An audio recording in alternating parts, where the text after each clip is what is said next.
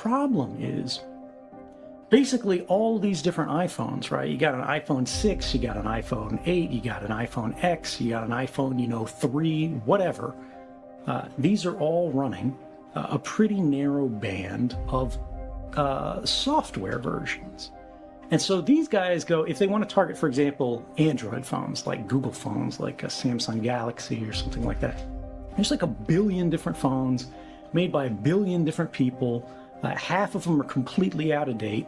But what it means is it's not one version of software they're running, it's like 10,000. And this is actually bad for security on the individual level. But it's good for security in a very unusual way, which is the guys who are developing the exploits. The guys like this NSO group who are trying to find ways to break into phones. They now have to have like 50 different handsets running 50 different versions of software. They're all changing. They've got different hardware. They've got different chipsets. They've got different, like all kinds of just technical variables that can screw up the way they attack your phone. And then when they find one, it only works on like this Samsung Galaxy line. It doesn't work on like the Google Pixel line, or it doesn't work on like a Nokia line or something like that. Whereas they realize if they find a way to attack an iPhone, which is actually, this is difficult. This is really difficult stuff. Now it works against basically every iPhone. And who has iPhones? All the rich people, right? All the important people, all the lawmakers, all the guys who are in there. So they've made a business on basically attacking the iPhone and selling it to every 2-bit thug who runs a police department in the world. They sell this stuff to Saudi Arabia. They sell this to Mexico. And there's a group of researchers in Canada working at a university called the Citizen Lab.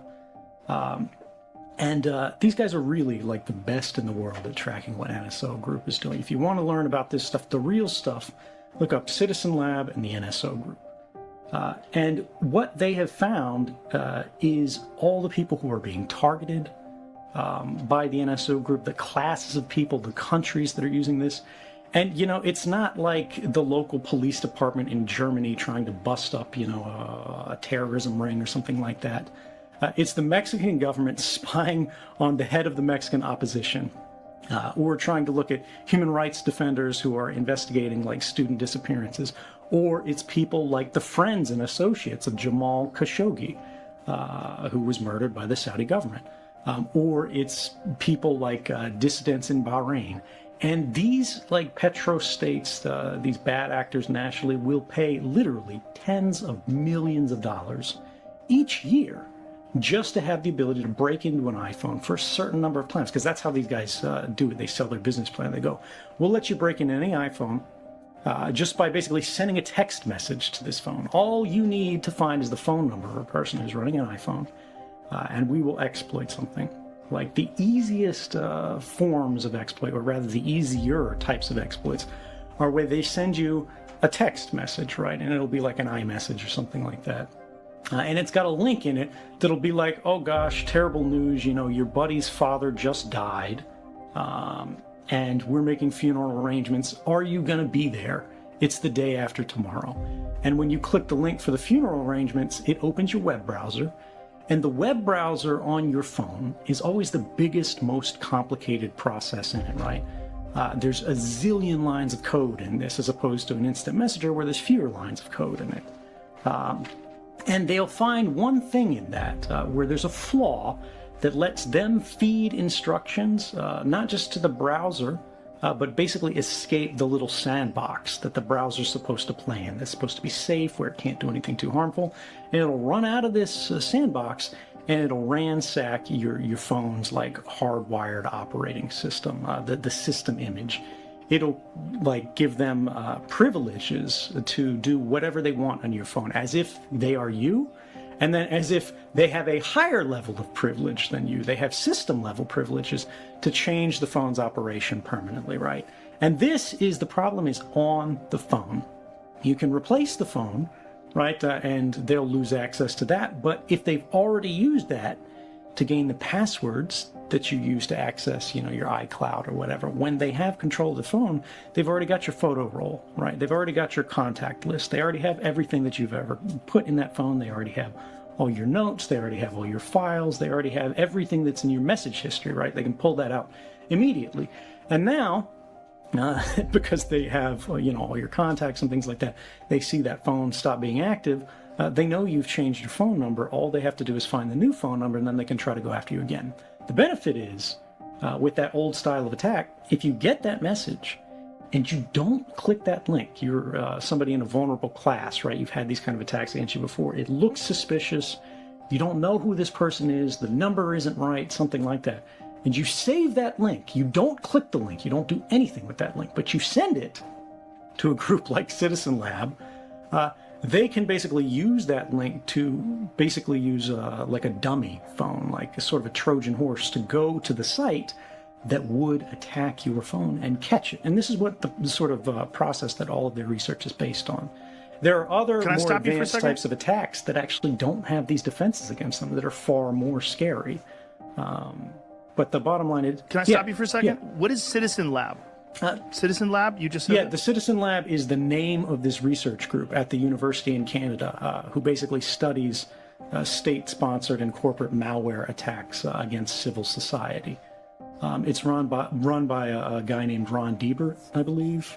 You guys will have to fact-check me on that one. I think he just published a book, actually, or is publishing a book about all of this. But it's really, they are the world leaders, in my opinion, in basically investigating these kind of attacks and exposing them. It's true public service. Let's go back to that one thing. I asked you about warrants, and you talked about the fact that like people could plant evidence on things and then get motivation, or rather they could show probable cause, right, to the court to then investigate you, and then they can get everything. And you said, you thought that a warrant meant they can go and search your house, and this is the kind of thing that we, modern people are used to thinking of in the context of a warrant. Cops go to a specific place looking for specific things that are elements of a crime. Now, you've heard all these things where, like, cops find a way to, like, stop somebody and they, like, are like, oh, I smelled pot or whatever, and they try to, toss their car or whatever. Or plain sight doctrines where they open the door and the guy sits down and talks to them and they go, oh, I see a bong or something. That's paraphernalia, you're going to jail. But until I think it was 1967, warrants in the United States could only be used to gather two things. They were called the fruits and instrumentalities of a crime, which meant even if the cops knew you did it, even if cops knew you, rode the subway or worked for this company or whatever, they couldn't get all the company's records. They couldn't, if they existed, get all the emails that you ever wrote. They couldn't get your friend to turn over like an exchange of letters that you had with this person. The fruits of the crime were the things that they gained from it, right? If they robbed the bank, the cops could get the sack of money. The instrumentalities were the tools that were used, right? Like if you used dynamite or a crowbar or a getaway car, they could seize all of those things. But the idea that the cops can get everything, the idea that the FBI can get all these records, all of these things, your whole history, is very much a new thing. And nobody talks about that today. We just presume it's normal. We presume it's okay. But between 1967 and today, think about how many more records there are about your life and how things, like how you live, private things about you that have nothing to do with criminality and everything to do with the intimacy of who you are. And the fact that all of that now today is exposed, and not just to, let's say you love the U.S. government. Let's say you are like throwing cookouts for your local police department, but every other government in the world too. And we really need to ask ourselves, how much information do the authorities of the day need to do their job? Right? How much do we want them to have? How much is proper and appropriately and necessary? And how much is too much? And if we decide the cops shouldn't have this, if we decide the spies shouldn't have this, well, why in the hell should Facebook or Google or somebody trying to sell you Nikes, why should they have this?